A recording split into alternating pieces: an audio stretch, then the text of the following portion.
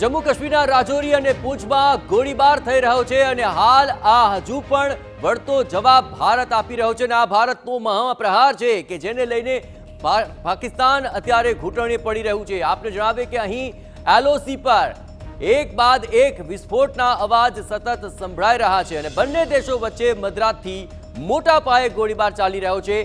સાંબા સેક્ટરમાં ઘૂસણખોરીનો પ્રયાસ ભારતે નાકામ કરી દીધો છે। ઘૂસણખોરીના પ્રયાસને બીએસએફે નાકામ બનાવ્યો હતો। તો આખી રાત દરમિયાન અહીં બોર્ડર પર સતત અવાજો ગોળીબારના સંભળાતા રહ્યા અને ઘૂસણખોરીનો જે પ્રયાસ થઈ રહ્યો હતો પાકિસ્તાન તરફથી તેને નાકામ કરવામાં આવ્યો છે। એલઓસી પર એક બાદ એક વિસ્ફોટના અવાજ આખી રાત સુધી અહીં સંભળાતા હતા। બંને દેશો વચ્ચે મધરાતથી અહીં સતત તણાવ જોવા મળી રહ્યો છે। સાંબા સેક્ટરમાં ઘૂસણખોરીનો પ્રયાસ પાકિસ્તાન કરી રહ્યું હતું પરંતુ તેને બીએસએફે નાકામ બનાવ્યો છે। આખરે આખી પરિસ્થિતિને લઈને જમ્મુ કાશ્મીરના રાજૌરી અને પૂંછમાં ગોળીબારના અહેવાલો સતત આવી રહ્યા છે અને એલઓસી પર સતત વિસ્ફોટ અહીં સંભળાઈ રહ્યા છે। આપણે જણાવીએ કે આ આખો જે વિસ્તાર છે તે આખી રાત ધણધણતો રહ્યો।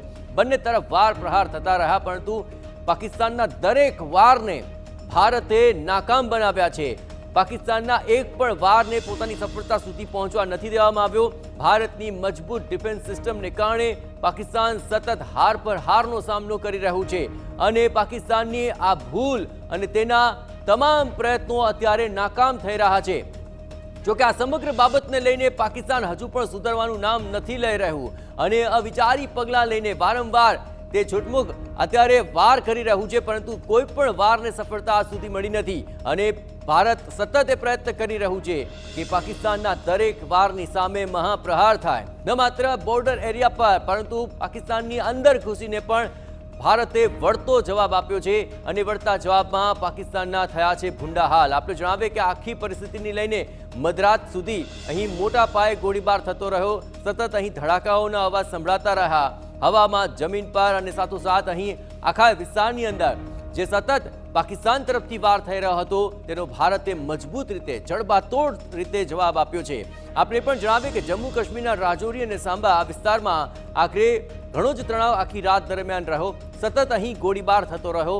મોટા પાયે અહીં જે ગોળીબાર અને ધડાકાઓના અવાજ સંભળાતા રહ્યા અને ઘૂસણખોરીનો પણ પ્રયત્ન અહીં સાંબા સેક્ટરમાં કરવામાં આવ્યો પરંતુ આ પ્રયાસ બીએસએફે નાકામ બનાવી દીધો છે।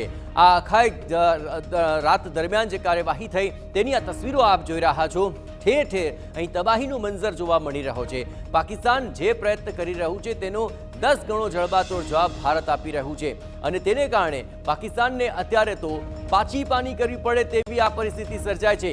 ઘૂંટણે પડી ચૂક્યું છે પાકિસ્તાન। તેના સુપડા સાફ થઈ રહ્યા છે કારણ કે તેણે વિચાર પણ નહીં કર્યો હોય કે તેના વાર પર ભારત આટલો મહાપ્રહાર કરશે।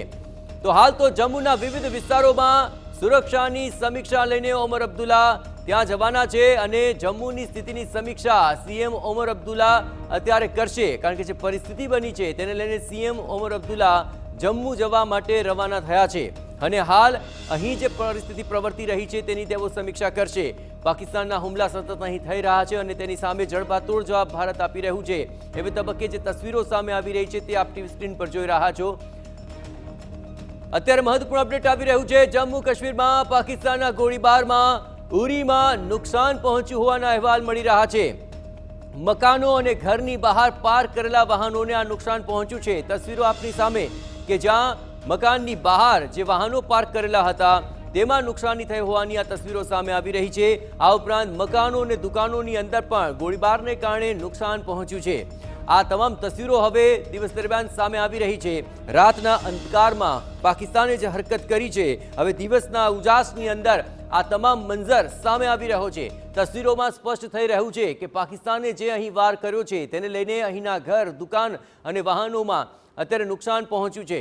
આ દિવસ દરમિયાનની તમામ હકીકત એ સામે આવી રહી છે જે પાકિસ્તાને રાતના અંધકારની અંદર અહીં પોતાની મેલી મુરાદ સાથે કરવાની કોશિશ કરી હતી પરંતુ એ તમામ કોશિશ તો નાકામ રહી છે કારણ કે ભારતે દરેક મોરચે તેને જડબાતોડ જવાબ આપ્યો છે। સુરક્ષાને લઈને આખરે ત્યાં કોઈ પણ કચાશ ન રહે તે માટેના પ્રયત્નો થઈ રહ્યા છે।